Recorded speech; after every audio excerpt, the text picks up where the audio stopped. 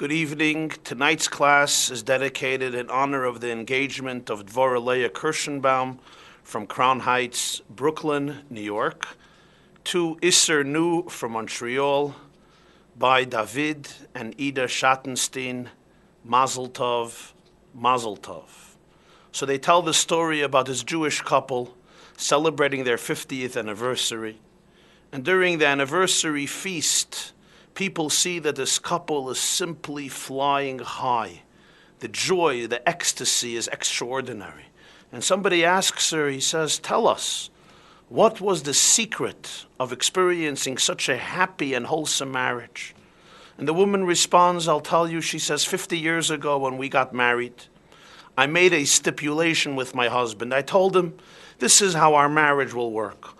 All of the big decisions in life, you make, you decide them on your own. You do not even have to run them by me. Your decision shall be followed. No ifs, buts, whys, whens.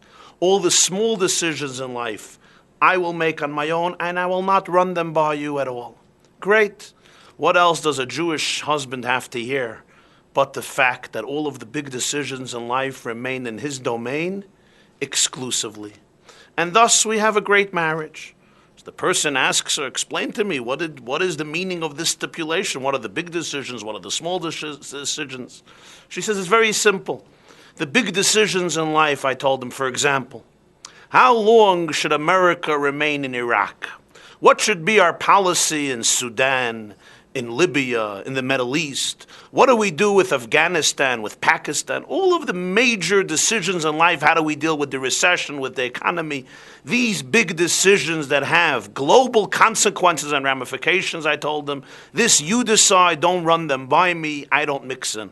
All of the small decisions in life, for example, where we live, where we send our children to school, how much money we spend on the credit card, which shul we don't step foot into. All of the small, inconsequential, tiny decisions in life, these I will make and you don't mix into them. And thank God we have a perfect, wholesome, beautiful marriage. Tonight, we explore a fascinating debate between four Jewish sages as to which verse in the Tanakh, in the Bible, encapsulates most the core and the quintessence of Judaism. What would you say? Which sentence and verse in all of the Tanakh is the most inclusive, the most encompassing, to serve as the representative of what is ultimately the message of Judaism? There is a major debate among the Talmudic scholars, and this debate we want to explore this evening. The first debate between two of the greatest sages is quoted in the famous Midrashic commentary on the book of Vayikra, the book of Leviticus, known as Toras Kohanim. And in the portion of Gedoshim, the Toras Kohanim quotes a debate between two sages, Rabbi Akiva and Ben Azai, the son of Azai. You can open up your curriculums right below the video to source number 1, where we discover this first debate between Rabbi Akiva and Ben Azai. Ve'ahavta l'reacha kamoicha, Rabbi Akiva oimer zeh klal gadol b'Torah. The verse tells us in Gedoshim, you should love your fellow human being as you love yourself. Rabbi Akiva stated, this is a great principle, an inclusive principle of Torah. Ben Azai oimer zeh sefer toldos adam zeh klal gadol mizah. There is a verse which is yet more inclusive, even than the verse, you should love your fellow human being as yourself. Which verse? This is the verse in Bereshis, in Genesis chapter 5, where the pasuk tells us, Zeh sefer toldos adam b'yom broya lekim adam b'dmusa lekim asa isai. This is the book of the chronicles of man. On the day that God created the human being, He created him in God's image. This verse, according to Ben Azai, is even more inclusive, more representative of the ultimate message of Judaism. So we have two opinions. According to Rabbi Akiva, love your fellow human being as yourself. This is the most inclusive verse of the Torah. According to Ben Azai, the human being was created in the divine image. This is the most inclusive verse in the Tanakh. But there are another two opinions, and for this we have to search elsewhere. There is another midrashic tradition. It's quoted in a book called Ein Yaakov. Ein Yaakov is a very popular, a very famous volume that was authored by a man named Rabbi Yaakov ben Chaviv. Rabbi Yaakov, the son of Chaviv, was born in the year 1450 in Spain, expelled with the remainder of Spanish Jewry. In 1492, he fled to Portugal, and from there came to Saloniki in Greece, where he lived for the remainder of his life till his passing in the year 1516. Among the many great works Rabbi Yaakov ben Chaviv wrote, the most famous is Ein Yaakov, the Eye of Jacob. In it, he compiled all of the stories and episodes of the Talmud. The Agadah, part of the Talmud, which means the stories, the anecdotes, the episodes, the homiletical interpretations, excluding all of the legalities, all of the halachic discussions in the Talmud. And he compiled all of the stories together in his book, Ein Yaakov. He wrote an introduction to Ein Yaakov called Hakdamas HaKaisiv, the introduction of the author. It's a lengthy introduction, but in that introduction, he says, and you can open up your curriculum to source number 4. He says there is a medrash. I now searched for the medrash in all of the midrashim and I can't find it. But I know it exists. There is such a medrash. And the medrash there gives us a 3-way debate of which is the most important verse of Judaism.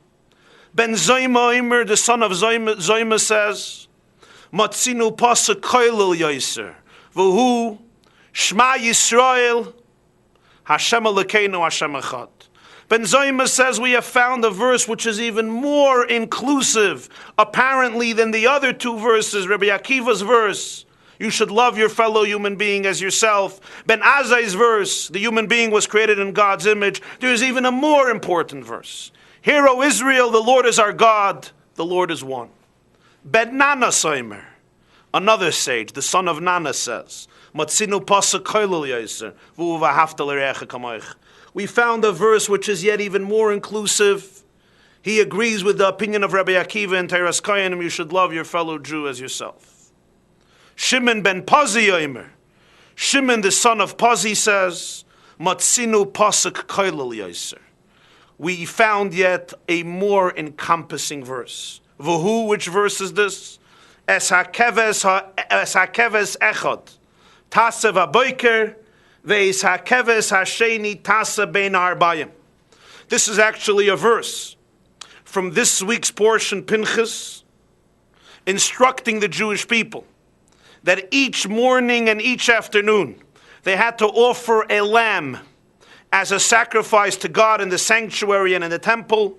One lamb you shall offer in the morning, as hakeves echad tasa v'boiker. The second lamb you shall offer at dusk in the afternoon, bein ha'arbayim.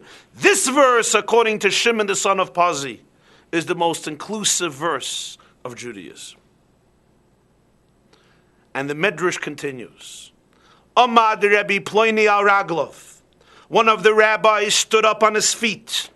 V'amar, and he said, Halacha keben Pazi. The verdict follows the opinion of Shimon, the son of Pazi. Diksiv. The proof of this is another verse. This is a verse in the portion of Truma in Exodus. K'choyla asher ani mara ischa, es tavnis hamishkon, ve'es kol kelav v'chein tasu. Meaning, in conformance with all that I show you, the form of the tabernacle, and the form of all of its vessels, so you shall make it and build it. This is referring to the commandment to construct a mishkan, a tabernacle in the desert. God tells Moses, I have shown you on the mountain an image, a form of the whole structure and all of its furniture and all of its vessels. You should conform to this structure, v'chein tasu, and so you shall do. And this demonstrates, the rabbi said, that the law is like ben Pazi. So we have the opinion of Rabbi Akiva. What is the paradigm of Judaism? Which verse captures the core, the essence of Yiddishkeit of Torah? Love your fellow human being as yourself. We have the opinion of Ben Azai. Man was created in God's image. We have the opinion of Ben Zoyma. Shema Yisrael, Hashem Elokeinu, Hashem Echad, God is one. The opinion of Ben Nanas, like Rabbi Akiva. Love your fellow as yourself. And finally, the fourth opinion of Shimon ben Pazi. One lamb you shall offer in the morning, and one lamb you shall offer in the afternoon. Yet, this midrashic tradition seems quite strange. We can understand the first three opinions of which verse encapsulates the core of Judaism. The fourth opinion, however, the pasuk of Pinchas in this week's portion, begs for clarification and understanding. The first three perspectives, Rabbi Akiva, Ben Azai, Ben Zoyma, as well as Ben Nanas, who conforms, who agrees with Rabbi Akiva, are revolutions in the realm of theology, sociology, and psychology. Each of these three verses capture the great contribution of Judaism of Torah to civilization in the theological, sociological, and psychological domain. You know, they say the anecdote that Jews have been always fighting. They've been always quarreling. They say 3 Jews, 19 opinions. And that's the story of Jewish history. Lots of disputations, quarrels, arguments, and unfortunately, sometimes bitter conflicts. This has always been the case from the days of yore. It's just they're a sophisticated people, so they gave their fighting sophisticated names. They fight with God, and they call it theology. They fight with the world, and they call it sociology. They fight with themselves, and they call it psychology. But it is true that these 3 verses do capture and represent as paradigms the unique contribution of Judaism in these 3 areas. Shema Yisrael, Hashem Elokeinu, Hashem Echad. We can understand why this verse is the most inclusive verse of Judaism. This verse is the verse which introduced the revolution of ethical monotheism, of the fact that there's one God, in contrast to the ethos of paganism, of polytheism, of many gods. The concept of one God meant so many things, but first and foremost it meant that the world was unified by an underlying singular reality. Unlike the pagan philosophy where the world was completely fragmented and dichotomized, various gods and pagan deities at war and at conflict with each other, each god competing for its power and its domain. The Jewish Weltanschauung was that Shema Yisrael, Hashem Elokeinu, Hashem Echad. There is one core, there is one essence of reality, the source, the creator, the vitality of all of consciousness and of all of reality. This means really that the world was an integrated place. Humanity was an integrated place. Creation had a meaning and a purpose which encompassed all of humanity and all of existence. The second verse, V'ahavta l'reacha kamoicha, you should love your fellow as yourself, revolutionized the domain of sociology. The concept that I look at another human being, I look at another fellow human being, and the Torah says you should experience affection and love and respect to this person like you love yourself. Hillel, the Talmud tells us the story that when a non-Jew came to Hillel and asked him to teach him the whole Torah while standing on one leg, what did he choose? He chose the following statement, Mada Allah Sani Lechavrach Loisavid. The Talmud tells us in Tractate Shabbos, what you dislike to be done to you, don't do to somebody else. This, Hillel said, constitutes the whole Torah. And all of the Torah is a commentary on this statement of what you dislike to be done to you, you should not do to somebody else. And then there's a revolution in the area of psychology. The human being was created in the image of God, telling us what a human being is. A human being is not just made up of flesh and blood and sinews and bones, alive today and dead another day. But rather the human being has something divine in him or her. There is something eternal at stake in human existence. The human being reflects and mirrors, so to speak, the divine image, which of course means that the potential of a human being is infinite. It means that the sacredness of a human being is deeply profound and essential. It means that a human being is not a means for something else, but an end in and of itself. And it also means that there is a grace and a holiness and a sacredness and a potential in the human being which is divine, which is limitless. So, I can understand why one would say, what is Judaism? One God. What is Judaism? Love. What is Judaism? Understanding what a human being is and what's at stake in human life. These three perspectives I can appreciate. Comes Shimon ben Pazi and says, no, there is yet a more inclusive verse. One sheep you shall offer in the morning, one sheep you shall offer in the afternoon. How can this compare to the grand, noble, global preceding three verses? I mean, offering a sheep in the morning and the afternoon is a mitzvah. It's one of the 248 commandments in the Torah that in the times of the temple and the sanctuary and the Mishkan and the Beis HaMikdash, every morning and every afternoon the Jewish people would offer a sacrifice to God, a sheep. This was called a carbon tamid, a perpetual sacrifice which was offered every single day, 7 days a week, 365 days a year, recorded in the portion of Pinchas. And in fact, the sages instituted the two primary prayers of the day, the morning service, Shachris, and the afternoon service, the afternoon prayer, Mincha. Tefillah is keneged tmidin tiknum, the Talmud tells us in Tractate Brachos. The two prayers were instituted to parallel and reflect the two daily sheep, lamb offerings in the sanctuary. One in the morning and one in the afternoon. But this is an individual mitzvah. I mean, why doesn't Shimon ben Pazi say the most inclusive verse in all of the Bible is, don't wear shatnez, don't put on a garment which is mixed of wool and linen, don't eat blood, don't eat on Yom Kippur, listen to the ram's horn on Rosh Hashanah. These are all great verses, but everybody understands they are specific, particular instructions and mitzvahs.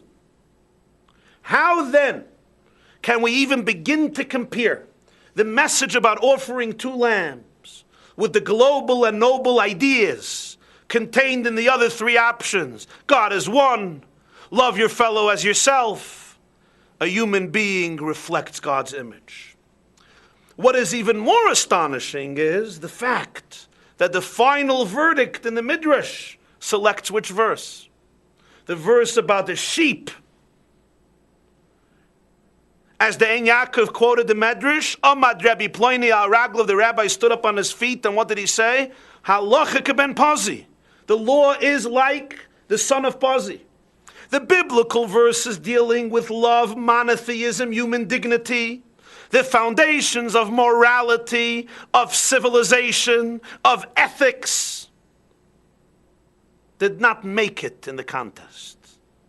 It is precisely the verse enjoining us to offer a lamb in the morning and a lamb in the afternoon, which was chosen as the representative of what Judaism is. How do you understand this? We also have to understand, what is the meaning when the Medrash says, Amad Rabbi Ploini al Raglav? One of the rabbis stood on his feet before he said the verdict is like Ben Pazi. Why did he have to stand on his feet? Why couldn't he sit and say the verdict is like Ben Pazi? It seems like there was something he had to bring out here that required him to stand up on his feet and with total authority and conviction say the law is like Ben Pazi. Why? And what is his proof? His proof is from a verse in Truma where God tells Moses, follow the form of everything I showed you how to build a sanctuary and all of its vessels, v'chein tasu, and so you shall do. How does this demonstrate that the law, the verdict, follows Shimon ben Pazi? The Ein Yaakov himself, Rabbi Yaakov ben Chaviv, offers his own explanation in the introduction to Ein Yaakov. Very briefly, he connects it with the Mishnah in the first chapter of the Ethics of the Fathers, where Shimon HaTzadik says, the world stands on three pillars: Torah, Avoda, and Gemilas Chasadim. The world stands on three pillars: the study of Torah, the offering of the sacrifices, and charity. And he explains that these three opinions parallel the three opinions in the Midrash. Shema Yisrael Hashem Elokeinu Hashem Echad reflects the study of Torah, which at depth, in its deepest level, is the study of God. The awareness, the meditation, the study of God and God's mind. God is one. Gemilas Chasadim, charity, generosity of spirit, of course, parallels the opinion of Ben Nanos, V'ahavta l'recha kamocha, you should love your fellow as you love yourself, causing you, of course, to be charitable, graceful, and kind. The third opinion, which focuses on the lamb in the morning and in the afternoon, represents the third pillar upon which the world stands, avodah, sacrifice, which, as the Ein Yaakov explains, is a synthesis between Torah and Gemilas Chasadim and charity, because offering of the sacrifices has in it an intellectual, philosophical, theological element, where you're bringing something close to God, and yet it also has a very pragmatic and concrete manifestation. It's not only an intellectual, cognitive exercise, but it has a pragmatic ramification where you're actually physically offering, whether it's an animal or it's food, it's grain, wheat or barley, the various forms of sacrifices that they offered in the tabernacle and then in the sanctuary. Yet the explanation of the Ein Yaakov still leaves us with a question. If this is the case, why did Shimon ben Pazi choose from all verses about offerings the verse in Pinchas, one lamb you shall offer in the morning, one in the afternoon? He could have chosen any verse connected to sacrifices. He could have chosen the first verse, which gives the commandment of sacrifices in the beginning of Vayikra. Why from all of the psukim about karbanas does he choose this one in Pinchas? It seems that it's this particular verse of sacrifice which encapsulates more than any other the revolution, the quintessence, the core of Judaism, according to Shimon ben Pazi. Tonight, let me share the lovely interpretation of the Maharal. The Maharal, Rabbi Yehuda Leva, or Rabbi Yehuda Lowy, was one of the most seminal Jewish thinkers in the post-medieval period. He was born approximately in the year 1525, which means 4 years after the author of the Ein Yaakov passed away. The author of the Yaakov was born in Spain. The Maharal was born in Poland, ultimately became the chief rabbi of Prague, and is known as one of the great thinkers, philosophers, mystics, and prolific writers in Jewish history. And the Maharal gives us his explanation of this Midrash. And tonight we want to quote the Maharal and add possibly some explanation to his words from different sources. One of the many works of the Maharal is a work called Nesivos Olam. In Nesivos Olam there's a section called Nesiv Ahavas Reya, which means the path to achieve love of a friend. And in the beginning of this Nesiv of Ahavas Reya, the Maharal discusses at length the concept of loving another person, of loving another Jew.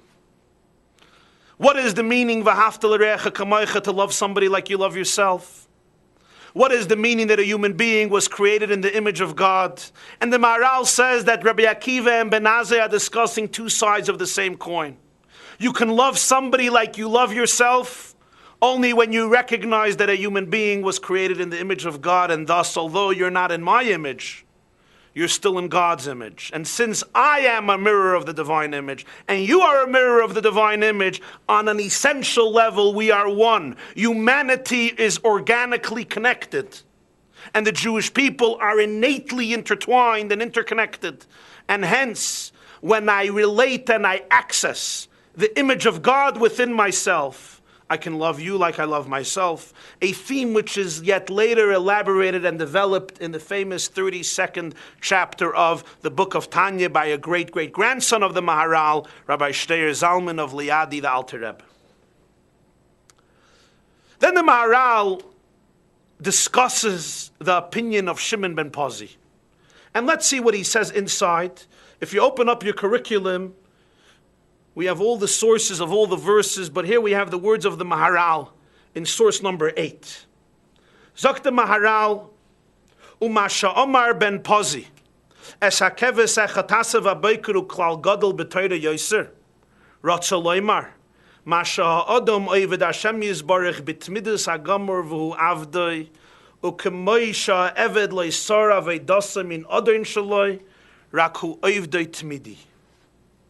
Why Ben Pazi says that the verse about the lambs is yet the most inclusive verse of Torah. He's referring to the fact that the human being serves God with complete consistency, unwavering continuity as his servant. Just as a servant never veers from serving his master, but perpetually and continuously serves his master. Ulekach Omar es hakeves echad tasav haboker, sheze nemar al korban tomid shachar va'erev. Davar zeh klal b'Torah, shetachlis ha'mechuven, she'yeh adam eved la'kadosh baruch hu. That's why he chooses this pasuk.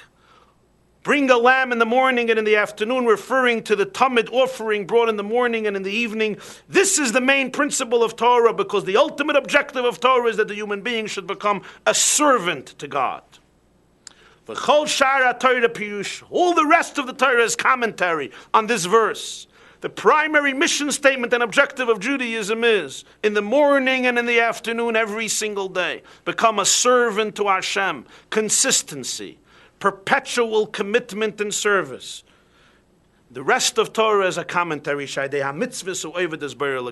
through all the other mitzvahs, you become a complete servant to your Creator, continuously serving your Creator. So this verse tells you that the objective of Judaism is to continuously serve your Creator, and all of the mitzvahs are the method of how a person actually serves his Creator. So this verse is the message, it's the encompassing mission statement, and all of the mitzvahs, the 612 mitzvahs, are methods and instruments to achieve this state. What is the Maharal telling us here? He's explaining to us why Shimon ben Pazi not only holds what he holds, but why his opinion is actual halacha. The verdict follows his opinion. It's true that Judaism revolutionized civilization. It's true that the source of ethics, morality, monotheism, civilization itself, concepts like love, peace, holiness, human dignity, were contributions of Torah thousands of years ago, when the world lacked these most basic principles which allow civilization to function, grow, and blossom. Yet the great contribution of Judaism, Shimon ben Pazi is suggesting, is the consistency. The idea that each morning the Jew wakes up and knows that he or she has to make a sacrifice for God. And each evening the Jew knows that he or she must make a sacrifice to God. Notwithstanding the great, grand, and noble ideas contained in the preceding 3 verses, the great novel idea of Judaism was that it created human beings who were committed to implementing these dreams and values every day of their life.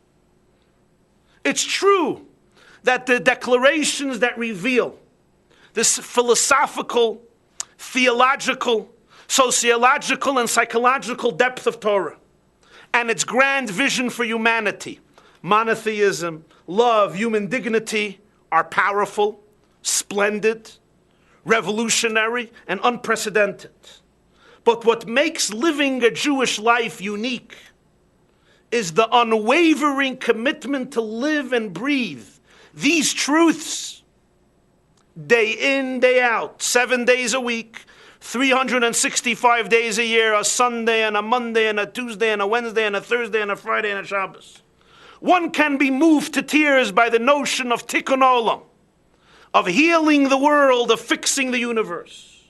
One can become a flame with a burning passion towards the ideal of human dignity, human rights, human liberty, human holiness.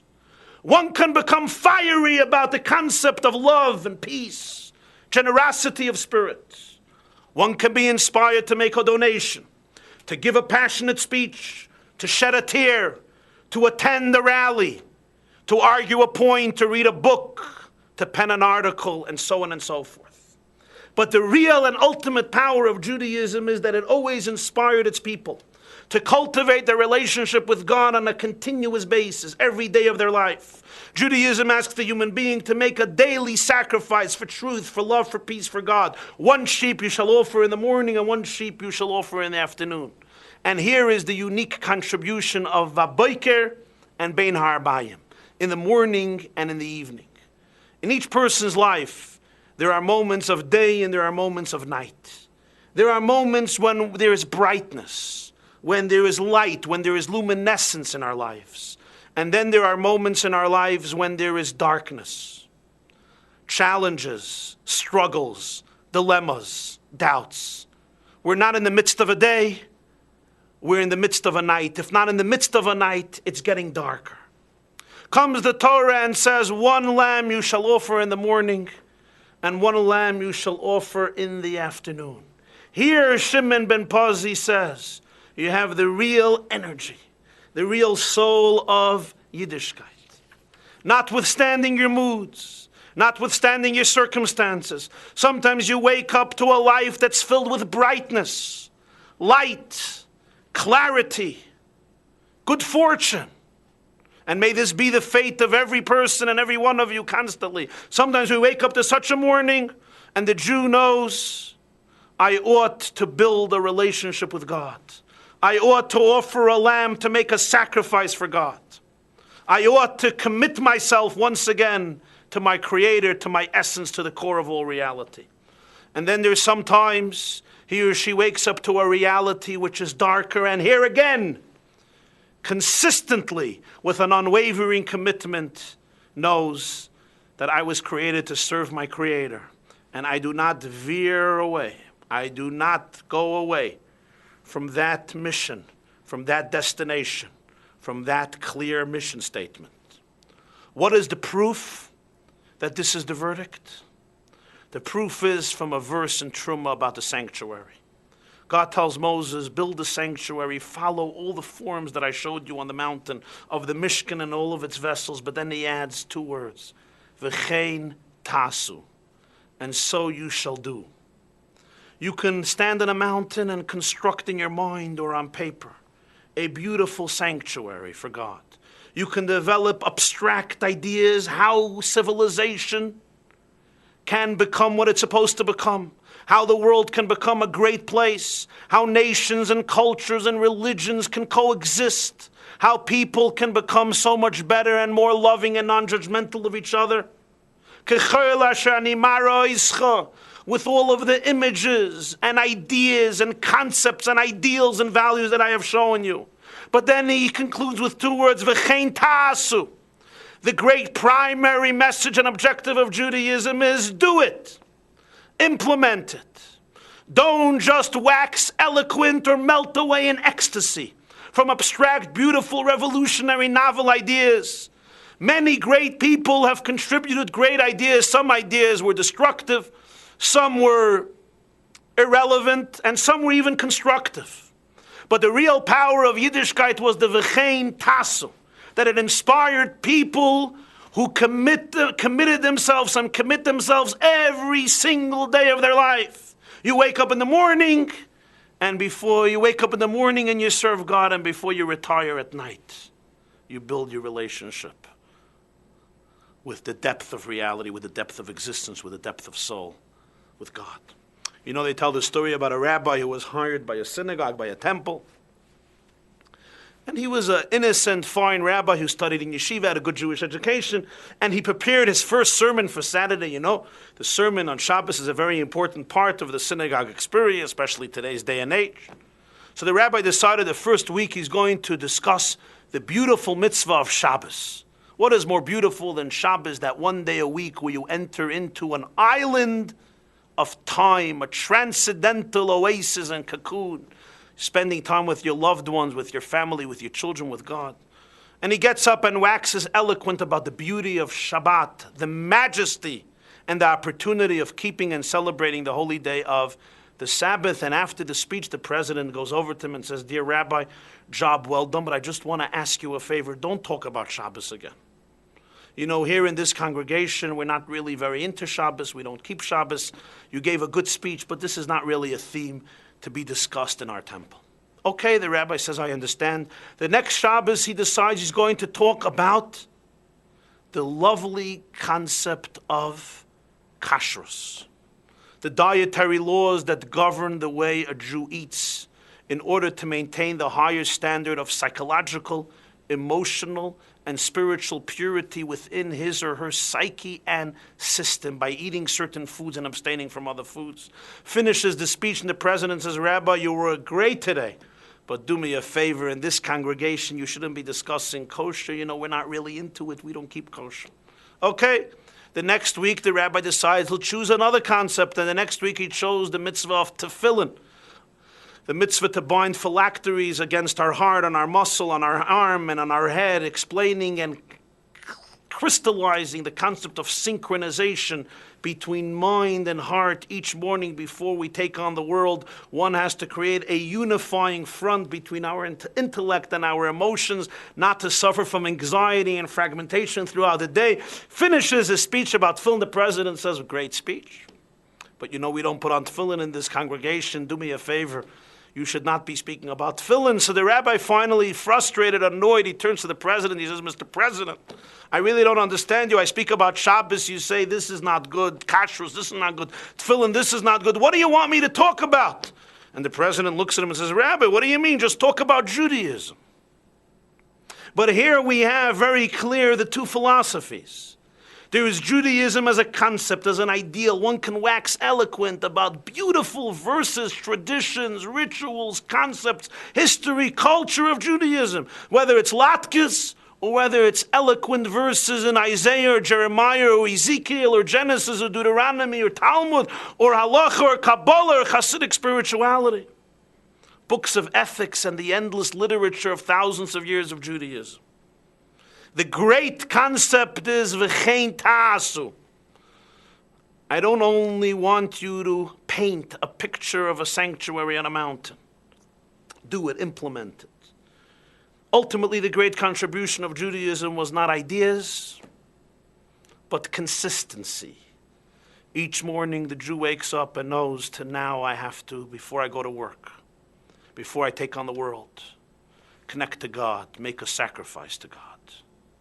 And he or she prays the morning service, Shacharis, corresponding to the Lamb in the morning.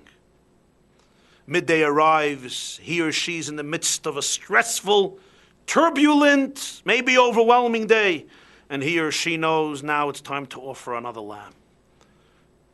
And he stands up to daven mincha, once again to realign his or her life with God. Morning and afternoon, during exciting days as well as monotonous days, on bright days, on bleak days, one sheep in the morning, one sheep in the afternoon. In the morning when you awake, you're called to make a sacrifice to God. In the afternoon, your day is winding down. Again, you're called to sacrifice something of yourself to God. Sometimes in life, people get impressed by the extraordinary, by the unusual. We marvel at a novel phenomenon. If the sun would rise once in 70 years, you can be assured that that morning, everybody would be up before dawn break to experience sunrise. But the sun has mazel. It rises every day, so most people just sleep through the miracle of sunrise. Holidays in our psyche are sometimes experienced with more ecstasy than Shabbos. Shabbos is every 7 days. Here it comes again. When is it going to leave? Holidays are unique. If it would be up to us, we may have concluded that that which is not part of the ordinary takes precedence. Come the rabbis and the sages, famously in the Talmud, and say, Tadir v'she'enei tadir, tadir kaid. And when you have something that's consistent and something that's inconsistent, that which is consistent reigns supreme. It triumphs.